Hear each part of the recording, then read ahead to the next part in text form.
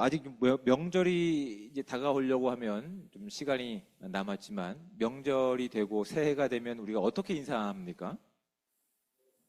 네, 새해 복 많이 받으세요라고 이제 인사하죠. 뭐 덕담이니까 틀린 말도 아니고 뭐 나쁜 말도 아닙니다. 근데 저는 이 말을 그렇게 좋아하진 않습니다. 저는 이제 어, 명절이 오기 전에 미리 여러분께 주지시키고 숙제를 내드립니다. 이번 새해가 되면 새해 복 많이 받으세요라고 하지 말고 좀 더 길게 인사합시다. 어, 올 한 해에도 하나님께서 복 주시기를 축복합니다. 이렇게 좀 바꿔서 우리가 축복했으면 좋겠어요. 왜냐하면 적어도 우리가 하나님을 알지 못했을 때에는 우리가 그냥 복을 빌어줄 수 있어요. 그렇죠? 근데 이 복이 응답되리라고는 어느 누구도 확답을 주지 못해요. 그냥 잠깐 들을 때 기분 좋으라고 새해에도 복 많이 받으세요라고 얘기하고 있지만 적어도 하나님과 함께하는 하나님의 복을 누리고 있는 저와 여러분 가운데는 그 주체가 명확하기 때문에 그 하나님의 복을 빌어주고 우리가 복이 되는 삶이 되시기를 주님으로 축복을 드립니다. 제가 이제 신학대학 다닐 때 제 후배가 지금도 목회 잘 하고 있습니다. 저한테 이런 말 했다가 뒤지가 맞았습니다. 형님 축복해요.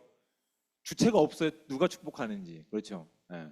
저는 그런 얘기를 들으면 마음이 어릴 때부터 참 불편했어요. 야, 네가 축복하는 것이 아니라 너의 입술을 통해 하나님이 축복하시는 것 아니니? 너의 그 축복의 고백을 통해서 하나님이 기뻐 받으셔야 되는 것 아니니? 근데 왜 하나님이 빠져 있고 네가 마음대로 축복하냐? 저한테 뒤지고 혼났습니다. 지금 목회 좀 잘하고 있어요. 좀 혼내켜야 돼요. 그래서 우리가 좀 길더라도 좀 인사말이 길더라도 우리는 명확한 주체를 가지고 명확한 복을 빌어주시는 저와 여러분들 되시기를 주님으로 축복을 드립니다. 그런 인물이 바로 구약에서는 아브라함이라고 하는 인물이에요. 아브라함이 75세 때에 이제 하나님께서 아브라함을 불러내셨습니다. 창세기 12장 2절과 3절에 있는 말씀이에요. 왜 불러내셨을까요? 아브라함을 왜 불러내셨을까요? 긴가민가 하시죠. 찾아보십시오. 네. 창세기 12장 2절과 3절 말씀 쉽지 않습니까? 자, 한번 찾아보겠습니다. 창세기 12장 2절과 3절 말씀. 자, 함께 읽어보도록 하겠습니다. 내가 너로 큰 민족을 이루고 내게 복을 주어 내 이름을 창대하게 하리니 너는 복이 될지라. 여기까지만. 뭐 하기 위해서 불러내셨다고요? 복을 주셔서 복이 되는 존재로. 그렇죠? 복은 누가 줄 수 있을까요? 복을 줄 수 있는 사람, 복이 있는 사람만이 복을 빌어줄 수 있고 복을 또 이렇게 선물할 수 있는 거죠. 아무것도 없는데 부자 되십시오 할 수 있습니까? 그런 말에 잠깐 위로도 삼지 마십시오. 아무런 혜택이 없습니다. 방송에서는 올해도 부자 되십시오. 뭐 줘야 부자가 될 거 아닙니까? 뭐 주지도 않고 부자 되십시오. 그거 말에 기분 좋아하는 사람들이 이상한 겁니다. 그렇죠? 그런 말에 기분 좋아하지 마시고 올 한 해도 주님께서 주신 그 복으로 풍요로운 삶 되시기를 축복합니다. 이렇게 기독교인은 우리의 정확한 호칭과 복의 개념을 바꿔낼 수 있어야 됩니다. 하나님께서 아브라함을 부르신 이유는 복을 주어서 그 인생이 복된 인생으로 삼으시기 위해서 불러내신 거야. 그렇죠? 보세요. 제 말을 보지 마시고 12장 2절 너는 복이 될지라. 네가 복을 빌어주는 존재가 된다고 말씀하신 것이 아니라 내가 너에게 복을 줄 테니 너는 복이 될지라 라고 지금 하나님이 축복하고 계시는 거야. 그렇죠?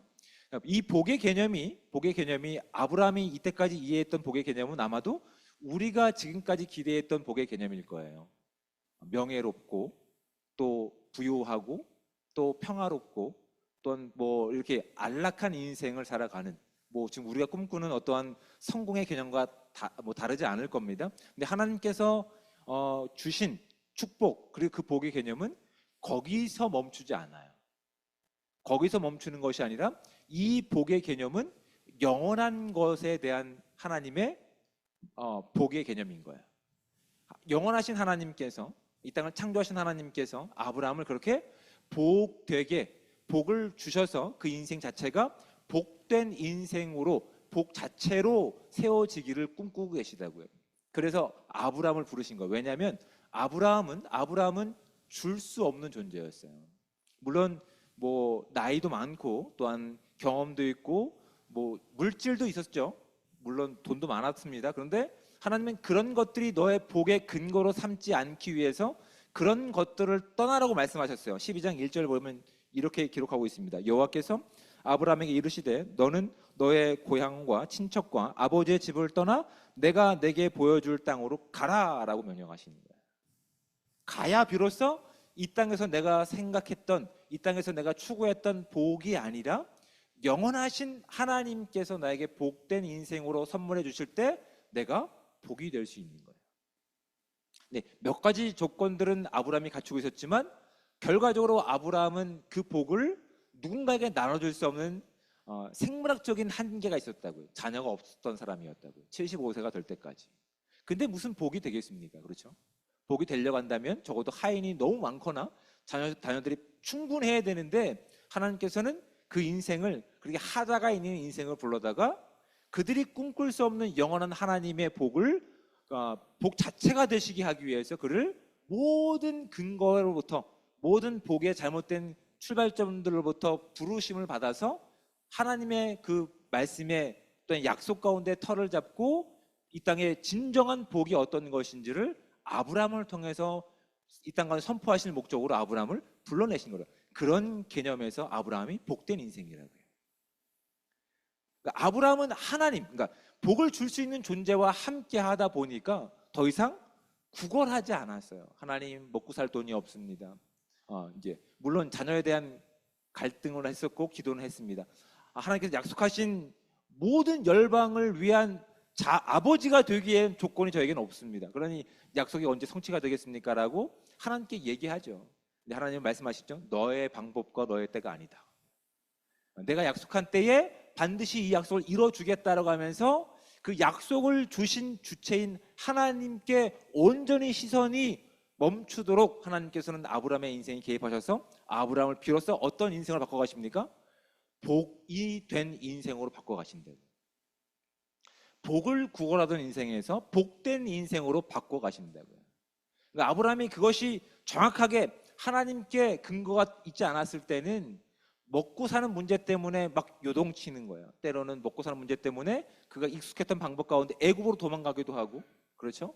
그리고 그것을 모면하기 위해서 자기 아내를 거짓말로 내 누이다라고 속이기도 하고, 여전히 그 진리가 그 인생 가운데 있음에도 불구하고 하나님이 복인 것을 알지 못했을 때 그의 인생은 요동치는 인생이었다고요.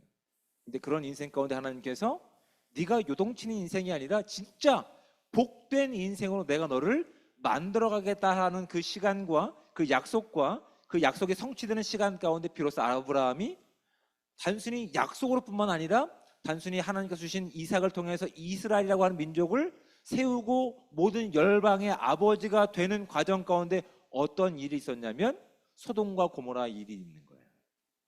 하나님께서 그가 정말 복된 인생인지를 확인하시기 위해서 이제 소돔과 고모라를 멸하시러 가기 전에 그 이야기를 누구에게 말씀하십니까? 아브라함에게 말씀하신대요. 내가 이제 저 성에 가서 심판할 건데 저 성이 정말 심판하기에 딱 적당한지를 내가 직접 보고 그 다음에 심판할 거야. 이 일을 굳이 아브라함에게 말씀하실 이유가 있었을까요? 별로 없었죠.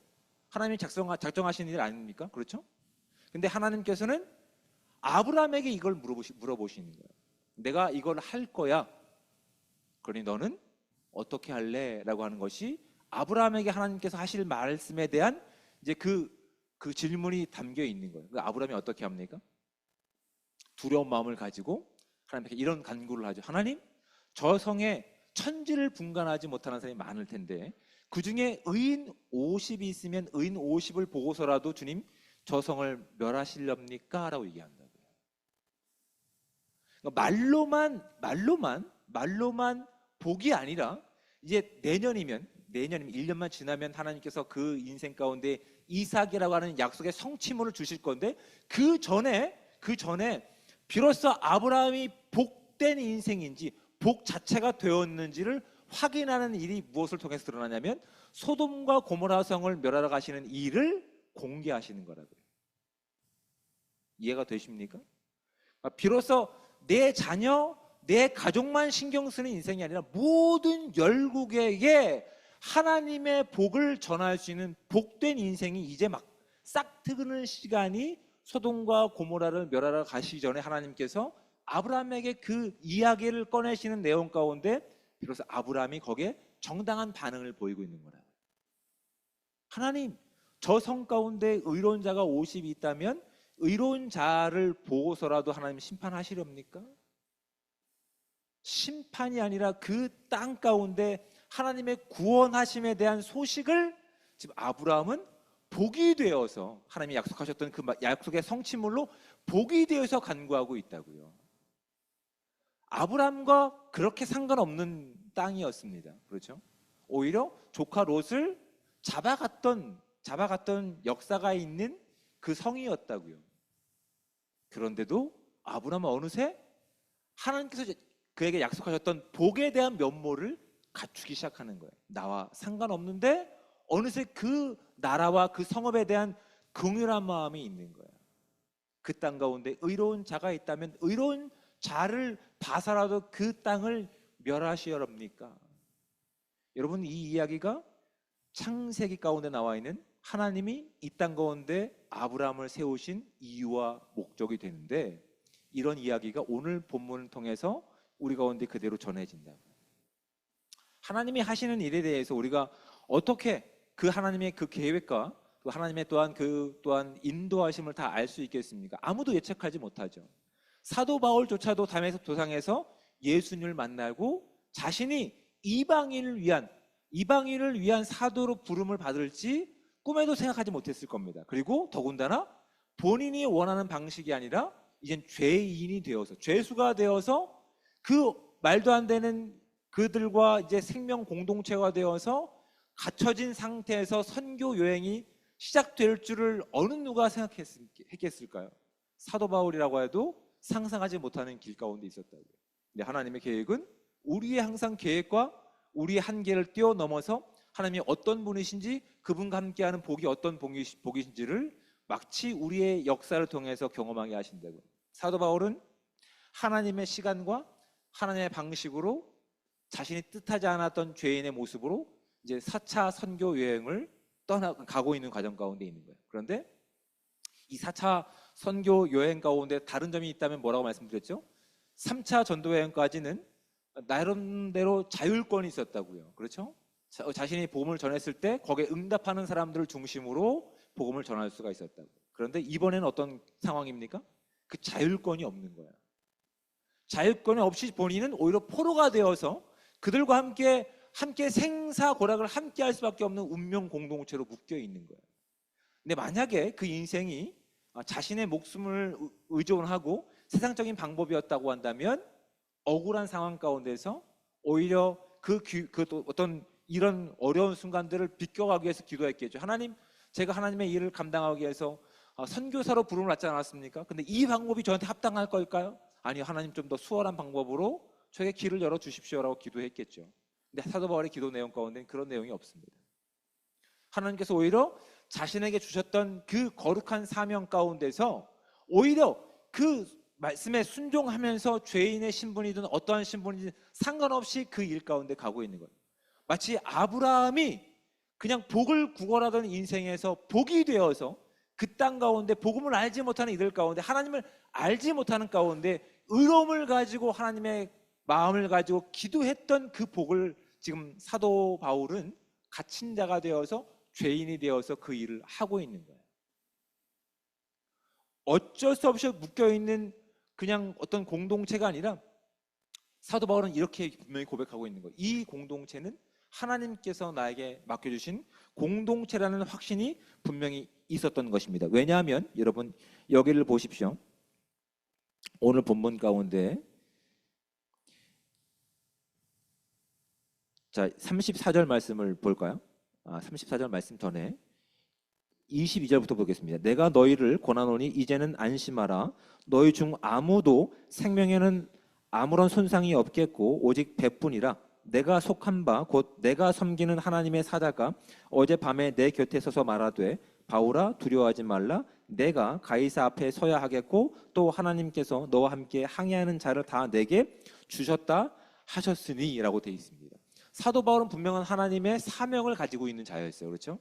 그 사명은 로마에서 담대하게 그리스도의 복음을 전하는 것이었어요. 그런데 그 과정이 이루어지는 시간 가운데서 하나님은 이 하나님을 두려워하고 하나님의 사명으로 사는 자 가운데 무엇으로 묶어내시냐면 그 생명을 가지고 있는 그 놀라운 복을 같이 함께하는 이들 가운데 전할 수 있는 특권을 주시고 계시는 거예요. 사도 바울은 잡혀가면서 상선에 붙잡혀가는 이 과정 가운데 이런 것들은 아마 상상하지 못했을 거예요.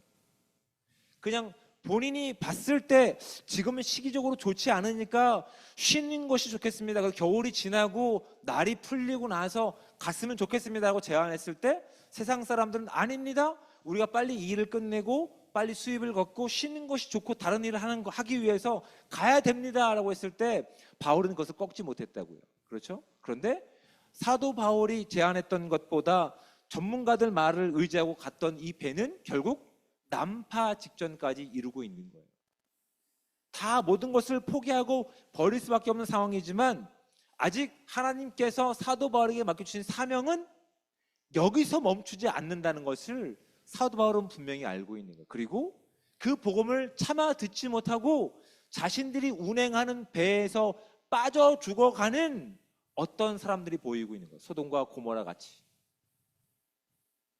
그 죽어가는 사람들을 향해 그 세상의 풍파 가운데 휘몰아치는 그들 가운데 정말 하나님의 생명을 전할 수 있는 사람이 이 배에는 누구밖에 없었을까요?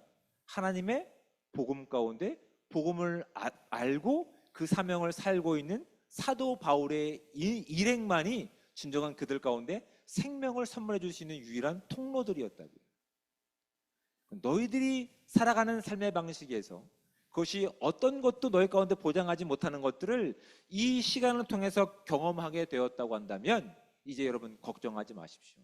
저는 하나님께서 여러분에게 복음을 전하라고 보내주신 하나님의 복음 전도자입니다라는 고백이 오늘 본문 가운데 있는 거라고요. 23절 말씀을 보십시오. 내가 속한 바 누구에게 속해 있다는 얘기예요? 나를 보내신 하나님께 나는 속해 있습니다. 그리고 여러분과 함께 지금 운명 공동체로 묶여있는 나를 통해서 내가 복이 되어서 여러분께 내가 받은 복을 전할 수 있는 사명이 지금 시간 여러분께 주어져 있습니다. 그러니 여러분 두려워하지 마십시오. 어쩔 수 없는 상황 가운데서 여러분의 생명이 어떻게 될까 염려하지 마시고 여러분이 의지하는 경험과 이런 것들이 의지하는 것이 아니라 우리의 생명을 주장할 수 있는 유일한 하나님을 두려워하는 삶으로 우리의 인생이 바뀌기 원합니다라고 진짜 복을 전해주는 인생으로 지금 사도 바울이 이 시간을 사용하고 있다고요. 그 전까지 사람들은 자신들의 상황과 자신들의 처지에 의해서 파도가 치면 그때마다 삶의 우선순위가 바뀌어가기 시작하는 거예요. 목숨이 중요하고 또 선장의 말이 중요했던 인생이어서 결국 어려움을 만나보니 결국 정말 위기 가운데 닥쳐보니 그들의 삶의 인생 가운데 중요한 부분이 무엇인지를 발견하게 되는 거예요. 그리고 진정한 삶의 목적과 삶의 축복이 무엇인지를 누구를 통해서 그 복을 아는 자를 통해서 듣게 되는 거예요. 여러분 우리는 지금 이런 세상 가운데 사도 바울과 같은 삶으로 이 땅 가운데 보내심을 받은 하나님의 거룩한 백성이며 또한 복된 인생임을 우리가 믿음으로 고백하는 저와 여러분들 되시길 바랍니다. 여러분 세상은 우리를 어떻게 대우할까요? 지난주도 살펴봤듯이 그냥 사도 바울과 같은 인생으로 우리를 그냥 평가한다고요. 네가 뭘 알겠어? 너는 그냥 네 일이나 해. 너는 그냥 아무것도 하지 말고 그냥 죄수로 잡혀가는 인생. 그렇게 모든 것이 막혀버린 인생 가운데서. 그런데 결국 이 땅을 바라보시기 바랍니다. 이 땅의 사람들이 전쟁 때문에 바뀌는 환율 때문에 주가 때문에 막 요동치고 있지 않습니까? 안 치나요? 생각이 없나요? 막 요동치고 있습니다. 잘 산다고 하면서 대한민국이 이제 선진국 반열에 들어섰다고 하면서 왜 이 땅을 살아가고 있는 대한민국 국민들, 젊은 세대들은 지금 바뀌는 세상의 환율 때문에, 바뀌는 어떤 내용 때문에 막 기복이 심할까요? 그들 가운데 진정한 하나님의 복이 없기 때문에. 물결치는 이 전쟁의 소용돌이 속에서, 물결치는 이 경제의 여러 가지 상황 가운데서 그들이 목적했던 것, 그들이 의지했던 것들이 아무 효과가 없음을 비로소 이 바뀌는, 순간적으로 바뀌는 이 오늘날의 현실을 가지고 우리가 그래서 바라보게 된다고요. 그렇지 않습니까? 근데 우리도 그들 가운데 휩싸여 버리면 마치 뱃속에 있는 이들과 동일하다고요.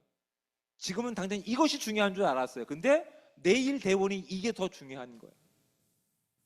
그냥 그 상황 가운데서 나만 살기를 원하는 바쁜 마음 가운데 있다고요. 지금 어느 정도 이것이 이렇게 안정을 취하자 어떻게 합니까? 30절 말씀 보십시오. 사공들이 도망하고자 하여라고 되어 있는 거예요.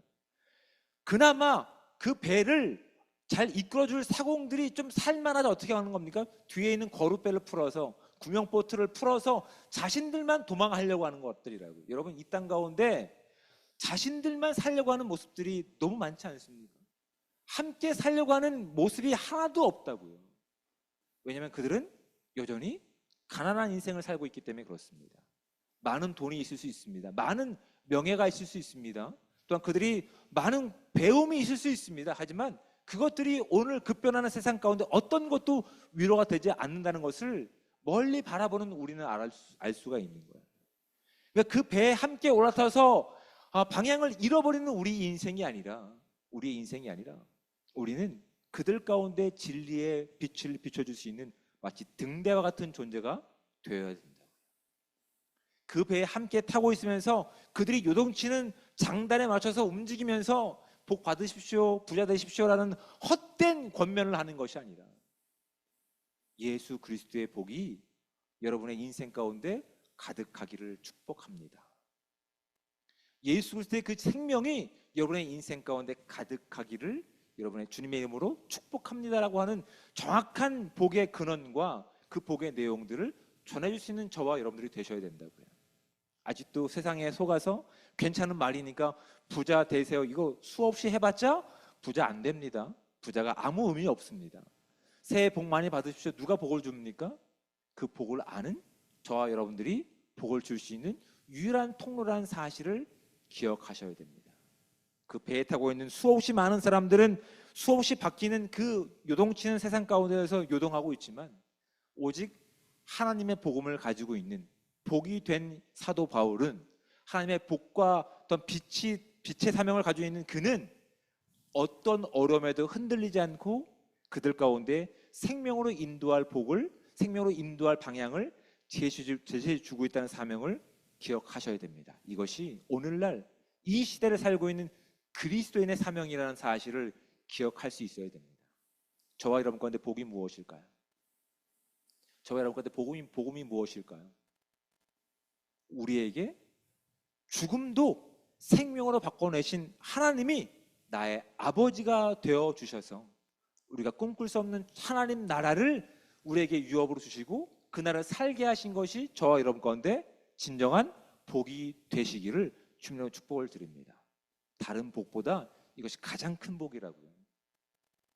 부자 되는 것 잠깐 만족할 수 있지만 더 많은 것을 위해 누군가를 희생시킬 수밖에 없다고요. 건강도 마찬가지라고요.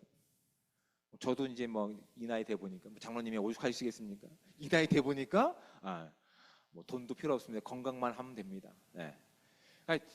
그때 복이 바뀐다고요. 그런데 그 요동치는 세상의 흐름 가운데서 변함없는 복은 죽음마저도 생명으로 바꿔내신 하나님의 그 놀라운 생명이며 그 놀라운 하나님 나라는 사실을 이 땅 가운데 전할 수 있는 사명이 오늘날 교회와 그리스도인 가운데 있다는 사실을 분명히 깨달을 수 있는 저와 여러분들 되시기를 주님으로 축복을 드립니다. 비로소 요동치는 이 세상 가운데서 등대는 요동하고 있지 않다고 하는 사실을 우리가 깨닫게 되는 것이죠. 그래서 우리에게 주어진 사명을 잘 감당하기 위해서 여러분 우리의 삶을 통해서 분명히 확인해야 될 것이 있습니다. 저와 여러분의 인생 가운데 삶의 주인이 누구신지를 고백할 수 있어야 됩니다. 우리의 물질이 누구의 것입니까? 우리의 시간이 누구의 것입니까? 우리의 건강이 누구의 것입니까? 우리의 삶의 주인은 오직 한 분 예수 그리스도이십니다. 이 분명한 믿음이 우리를 이 혼란한 세상 가운데서 요동치는 것 가운데 좌지우지하는 것이 아니라 온전히 그들 가운데 예수 그리스도의 복을, 십자가를 드러낼 수 있는 참된 성도들 될 수 있다는 사실을 기억하시기 바랍니다. 또한 그리스도인으로 우리가 흔들리지 않는 믿음을 살아내기 위해서는 우리 가운데 분명한 사명이 있음을 발견하게 됩니다. 우리가 이 땅에 보내심을 받은 목적이 무엇일까요? 아브라함에게 복 주셨던 것처럼 내가 너에게 복을 주어서 복이 되게 하겠다. 그런데 그 복된 인생이 어떻게 했다고요? 희망이 없어 죽어가는 그 땅 소돔과 고모라를 위해서 중보하고 간구하는 인생을 살았다고요. 우리 가운데 그 생명이 있기 때문에 그 생명을 가진, 그 사명을 가진 저와 여러분들이 그 복을 전하는 복된 발걸음들 되시기를 주며 축복을 드립니다. 우리가 정말 하나님의 복을 가지고 있기 때문에, 그 영원한 생명을 소유하고 있기 때문에 우리가 진정한 부유한 자라는 사실을 이 땅 가운데 살아낼 때 비로소 우리는 흔들리지 않고 예수 그리스도의 복음을 전할 수 있는 존재들이 된다는 사실을 기억하시는 우리 모두가 되시기 바랍니다. 여러분, 이 땅은 지금 사도 바울과 함께 이 항해를 하고 있는 난파되기 직전에 있는 배의 모습과 동일합니다. 그들 가운데는 어떤 먹고 사는 것이 문제가 아닙니다. 그들의 어떠한 항해술이 문제가 아닙니다. 그 모든 것들을 주관하시는 하나님이 누구신지를 알게 하시는 것이, 선포하는 것이, 전하는 것이 그들 가운데 진정한 복된 소식이라는 사실을 우리가 사도 바울의 인생을 통해서 좀 깨달을 수 있는 복된 삶 되기를 축복합니다. 여러분, 우리 이 땅 가운데 그 복음을 전하라고 보냄을 받은 존재들입니다. 하나님의 복음을 전하고 그 복된 소식을 전할 때 수시로 바뀌는 이 세상의 험난한 파도 가운데, 방향성을 잃어버린 이 땅 가운데 오직 예수 그리스도가 온전한 생명이며 진리임을 전할 수 있는 우리가 되기 원합니다. 우리의 믿음의 주체가 오직 하나님이심을 전하시고, 그 하나님께서 우리와 함께 하심을 통해서 나를 전하는 것이 아니라 하나님이 함께 하심을 통해서 그 생명이 저와 여러분의 생명이며 그 나라가 우리에게 허락됐다는 사실을 기억하시며 흔들리는 이 땅 가운데 오직 그리스도의 복음과 사명을 감당할 수 있는 복되고 귀한 삶이 저와 여러분 가운데 충만하게 임하시기를 주님으로 축복을 드립니다. 아멘.